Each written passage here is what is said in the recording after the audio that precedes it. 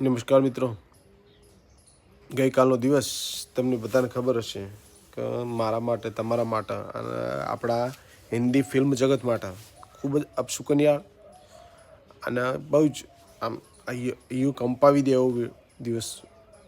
કારણ આપણે કાલે આપણા મહાન અભિનેતા ધર્મેન્દ્રને ગુમાવી દીધા. કાલે એમનું અવસાન થઈ ગયું. આજથી લગભગ 15 દિવસ કે 13 દિવસ પહેલાં એમના મોતની અફવા ઉડી.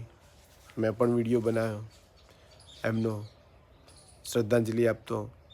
પાછું રાતે ખબર પડી કે એમનું અવસાન નહીં થયું, જો એમના ખોટા સમાચાર ફેલાણા હતા. તરત મેં વિડીયો પણ ડિલીટ મારી દીધો. અને સાહેબ ગઈકાલે ખબર પડી રાત્રે 10 વાગે કે એમનું અવસાન થઈ ગયું ને એમના અગ્નિ સંસ્કાર પણ થઈ ગયા. આખો દિવસ ફોન જોવાનો મોકો ના મળ્યો. ખબર નહીં કયા કારણસર ના જોયો, પણ ટાઈમ ના મળ્યો અને કાલ એમને છેલ્લી વિદાય પણ આપણે ના આપી શક્યા. જોકે એમના અગ્નિ સંસ્કાર પણ ગુપ્ત રીતે જ કરી દેવામાં આવ્યા.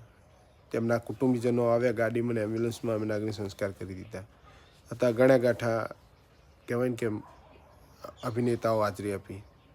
બાકી જે બીજા ફિલ્મી હીરોનું અવસાન થાય અને એક અંતિમ યાત્રા નીકળે એવું જ કશું જ નહોતું, જેના લીધે મુંબઈના અને આપણા આખા હિન્દુસ્તાનના લોકો એમના કહેવાય કે હીરોને અંતિમ દર્શન પણ ના કરી શક્યા અને અંતિમ વિદાય પણ ના આપી શક્યા હશે. જેવું કુદરતને ગમ્યું.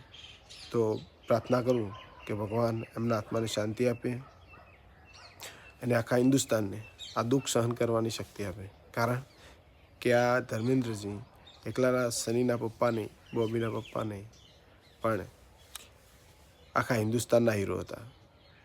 હિન્દી ફિલ્મ ઇન્ડસ્ટ્રીના મહાન અભિનેતા, હીમેન, વીરુ, ધરમ, જેટલા પણ નામ લો એટલા ઓછા પડે. કારણ કે એમના દરેક પાત્રો અલગ જ આપણા દિલમાં સ્થાન ધરાવે છે અને ધરાવતા રહેશે કામ માટે. હું કદાચ છેલ્લા એવા હીરો છે જેમના પ્રત્યે આટલી બધી લાગણી છે. કારણ રાત્રે 11 વાગે મન ભરીને રોયો છું, ખૂબ રડ્યો, કારણ કે હીરો જેવા હતા. બસ આજે બીજું કશું કહેવું નથી. ભગવાન એમના આત્માને શાંતિ આપે. We miss you Dharambhaji, we miss you really.